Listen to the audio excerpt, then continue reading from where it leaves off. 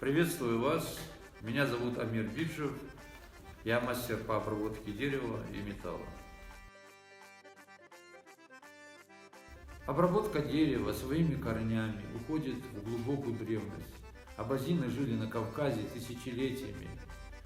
Их средой обитания был в основном лес и горная часть Кавказа, высокогорная часть Кавказа.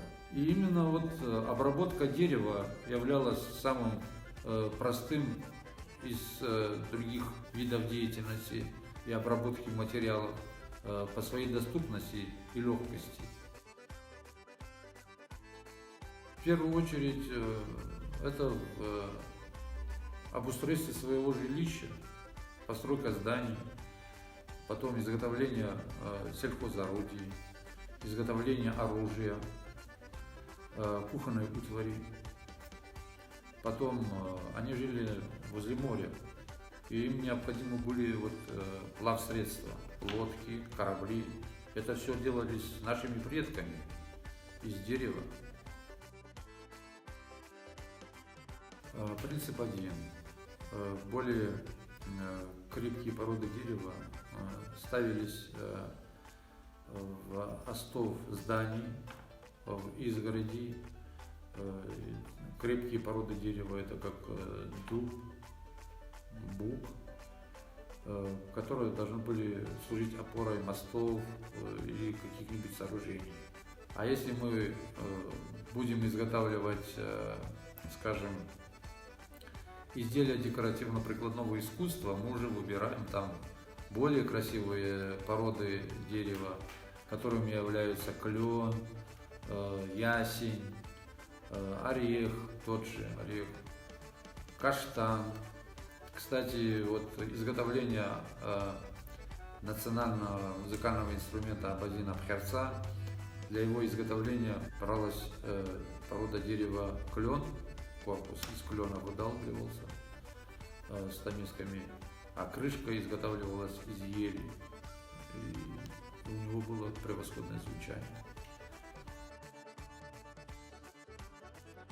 Но чтобы привить начинающему основу азы резьбы по дереву, это 2-3 месяца, наверное. А учиться ремеслу, совершенство не имеет предела, это всю жизнь можно учиться этому. Я не могу сказать, что я мастер научился всему, и все, что у меня получается, это самое лучшее. Нет, такого не бывает. Ремеслу учат всю жизнь, это в любой профессии так. Ремеслу я обучился в Ставропольском ремесленном училище. Я учился в Ставрополе на художника-оформителя. После завершения службы в армии я поступил в Сухумское художественное училище, продолжил это же образование, но уже там больше я обучался академическому рисунку. Во время практики я проходил практику в Урупском лесокомбинате, который располагался в станице Сторожевой, где работали мои старшие братья. И моя практика именно там и состоялась. Недавно, кстати, случай был у меня. Зашла женщина, попросила поправить, то есть починить игрушку, сломавшуюся игрушку, которым мы забавлялись в детстве. Я даже не помнил об этой игрушке. А эту игрушку сделал мой брат, старший брат, у которого я учился обработке дерева с детства. И она принесла эту игрушку, такую. Это называется на абазинском трашто, еще его называют кепсарба. И эту игрушку я исправил, и как ценный экспонат он у меня до сих пор хранится. И что интересно, мы в детстве забавлялись такими игрушками, которые делал нам отец, и мы баловались этим гимнастом. Любая работа начинается с идеи. Идея созревает в голове, мы его фиксируем на бумаге, делаем несколько вариантов, выбираем лучший, делаем из него проект, как бы размеры, материал, форму. Мы когда уже полностью представили, как он будет выглядеть по габаритам, по материалу, мы уже приступаем непосредственно к самой работе. Я заранее подумал, и в голову мне пришла идея приготовления телефонной подставки. Но телефонная подставка у нас будет необычная. А в чем его необычность? А в том, что сейчас в магазинах много телефонных подставок, они не представляют собой интерес, это просто вот такие пластмассовые изделия из пластика. Сейчас мы это сделаем из дерева. Сделаем из дерева с определенным дизайном, который имеет функциональность, и вместе с этим он будет нести в себе элемент нашей культуры, нашей истории. Вот этим мы как бы приобщим ребят к своей истории. И вот это изделие, даже вот после его изготовления, он нам будет служить напоминанием нашей истории. И просто он будет украшать наш быт своим видом, своей эстетикой, своим дизайном. Поэтому, посидев, поразмыслив, я начертил вот такой формы подставку. Подставка у нас состоит из двух частей. Первая — это, я возьму здесь уже приготовленный мной вот такой брусок. Я думаю, что у каждого из вас найдется вот такой кусок дерева, доски. Она по толщине тридцатка, вот доска из липы. Вы можете взять любую доску, даже можно тоньше этой, которую вы можете себе позволить. И вот такую фанерку, вот такого размера. Далее, что мы из этого делаем? Я вот здесь нарисовал вид нашей будущей подставки. Это вот такой брусок размером 30 сантиметров в длину, шириной 8 сантиметров. Здесь я решил вырезать углубление, где будет вставляться наш телефон. Потом мы прорезаем щель поперек этой доски, куда будет вставляться вот эта фанерка. Это будет служить опорой для нашего телефона. Мы сюда будем ставить телефон, вставляя в это углубление. И мы можем смотреть этот телефон как в горизонтальном положении, точно так же и в вертикальном положении. Поэтому мы можем вот уже на практике перейти к самой работе вот с этим материалом. Мы приблизительно нарисовали внешний облик.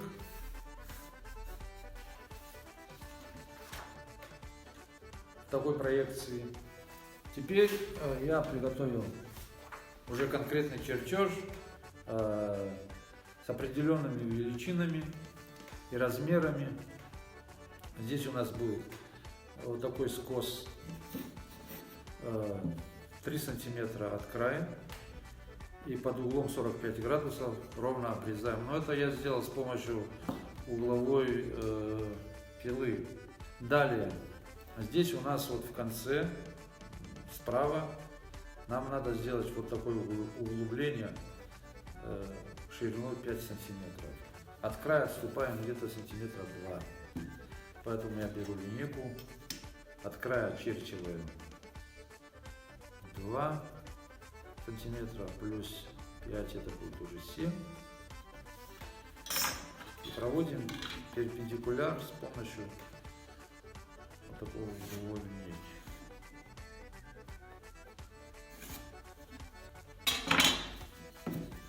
Здесь приблизительно намечаем, на какую глубину мы будем его выпиливать. Можем сделать вот такой линейкой.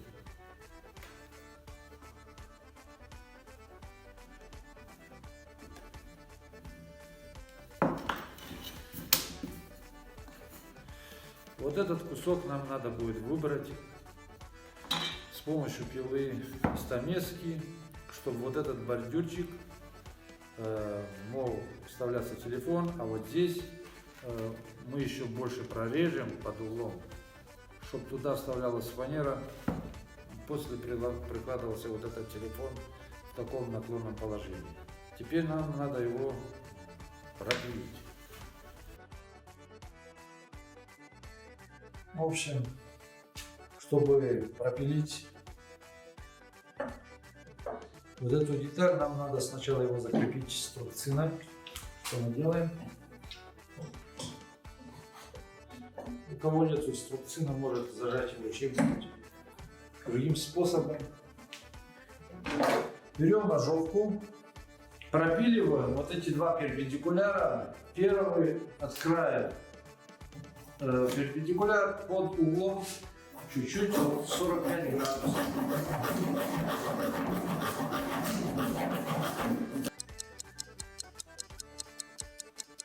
Теперь нам надо вот эту часть выбрать с помощью стамески. Вот такой широкой стамески и с помощью вот такого деревянного молотка, называется киянка. Ставим стамеску под наклоном.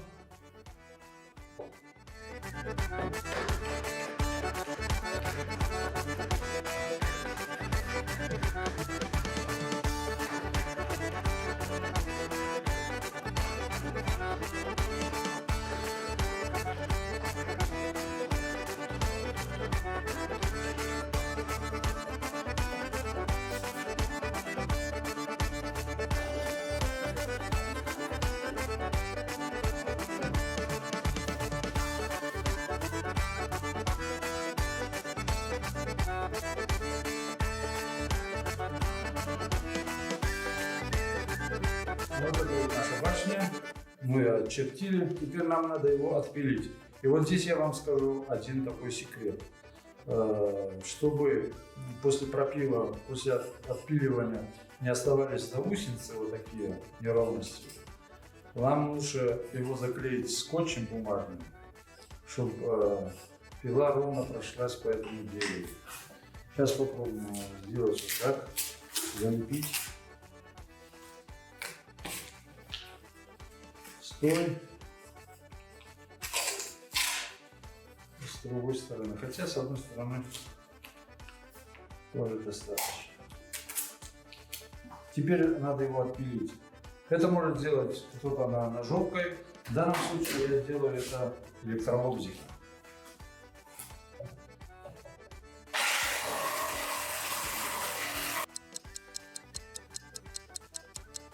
Вот получается у нас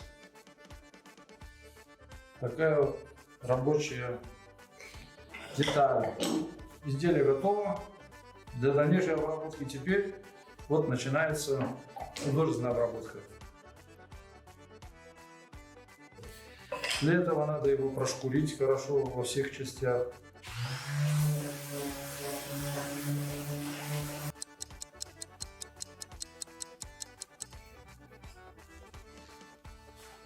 Вот так.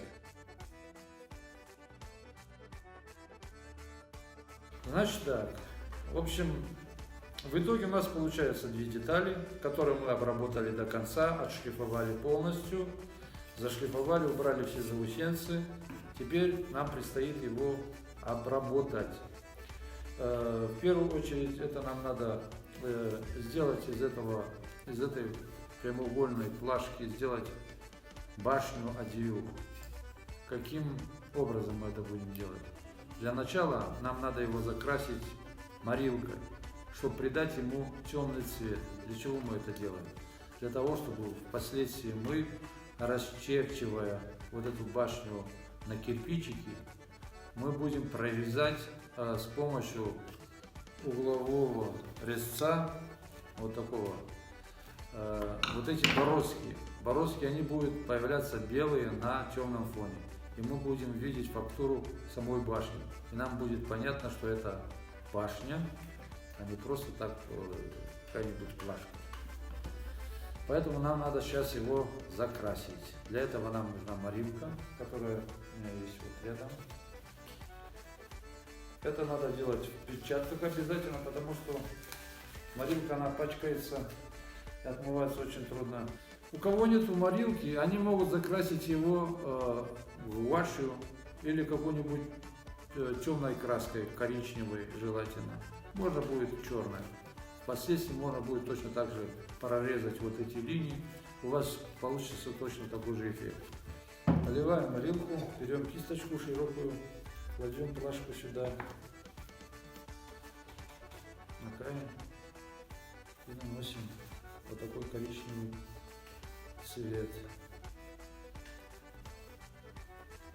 Вот эта морилка, кроме придания декоративности нашему изделию, он еще его предохраняет от сверчков и прочих жучков, которые точат дерево со временем. Готово. Теперь надо его просушить. Ну, сохнет она тоже недолго, минут 35 дождать, я думаю, можно будет дальше уже действовать. То, что мы закрасили, уже подсохло, высохло.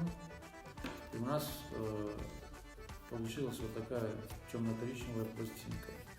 Это наша будущая башня. Что теперь нам предстоит сделать? Нам надо его разлинить, расчертить под кирпич, подкладку кирпича, называемая елочкой. Для этого нам надо взять линейку и, начиная с левого края, ставим отметки ровно в 1 сантиметр. Раз, два, три, 4, 5, 6, 7, 8, 9, 10 и так далее до конца. Берем точно так же с другого края, ставим такие же отметки. Теперь прочерчиваем линии.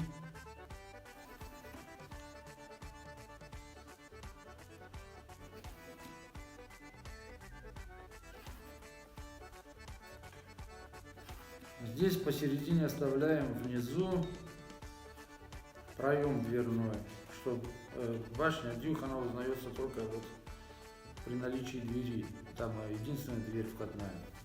Мы его отмечаем. Потом мы еще отмечаем по ширине, точно так же по 1 сантиметру.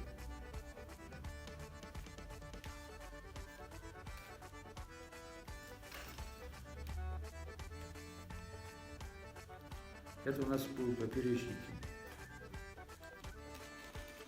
Прямо по железной линейке я вот провожу такую четкую ровную линию. Вот такая линия получается. И так далее.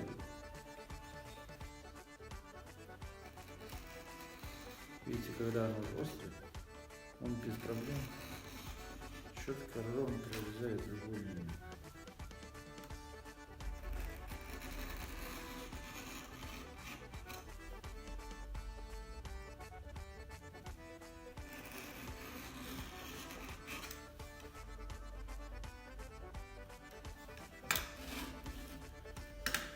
Горизонтальные линии у нас готовы, остались сделать вертикальные. А вертикальные они идут по каждой строке через раз. И у нас получится метод кладки елка.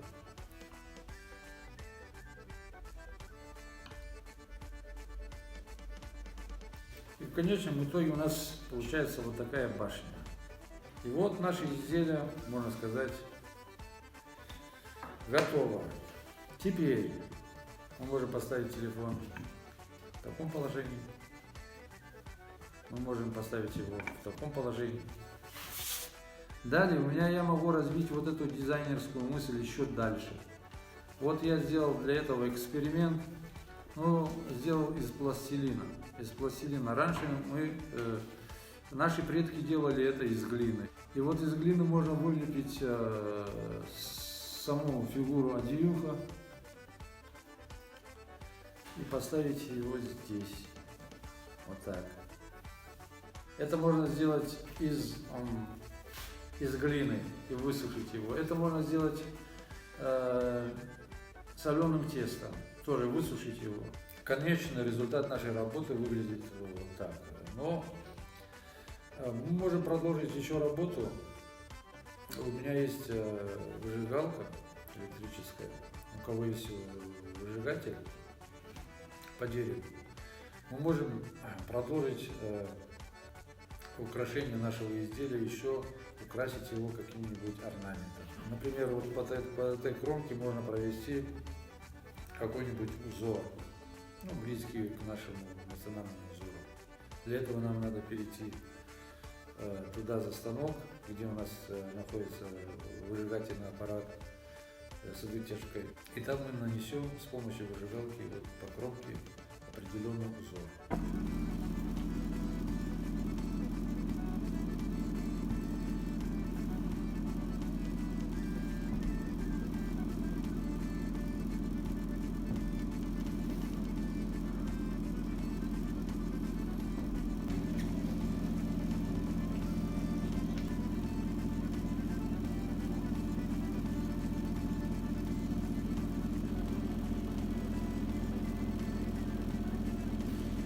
Получается такая симпатичная вещица.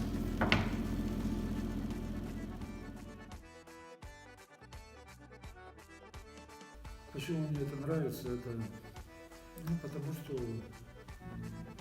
мне с детства привили любовь к ремеслам. В частности, отец мой был превосходным плотником, он был камнетесом, он был великолепным кузнецом. Он обрабатывал камень, он обрабатывал металл, дерево. Старшие братья от него научились, от братьев ко мне перешло. Мы всегда с детства занимались творчеством, что-нибудь строгали, что-нибудь лепили, рисовали. И вот эта вот творческая часть, она всегда присутствует. Поэтому неудивительно то, что я до сих пор занимаюсь этим. Хотя я по профессии дизайнер, и все эти вещи, которые я вот здесь придумываю, делаю, мне больше нравится дерево, потому что это самый податливый, такой благородный материал. Вот этот запах леса, он дает вот невероятные ощущения. Вот, ты забываешь о времени, когда сидишь и делаешь какую-то полезную вещь, притом красивую, и что это оно необходимо людям, особенно вот эти детские люльки мы делаем. Я делаю разные вот полезные вещи для людей. И вот само ощущение, то, что ты создаешь полезное, практичное, какой-нибудь вот предмет какой-нибудь, да, для своих людей. А это дает силы, это дает уверенность в себе, это дает чувство того, что ты на своем месте в этой жизни. И подрастающему поколению, да и молодым я посоветовал бы заняться этим ремеслом, изучить элементарные вот азы этого ремесла и начинать делать поделки. Вы увидите, как это увлекает, насколько это увлекательное занятие. Оно дает связь с нашим прошлым. И вот эта связь дает надежду на будущее, что мы сохранимся как народ, сохраним свою культуру, свои традиции, свои народные ремесла. Вот на этом я хотел бы завершить свою речь.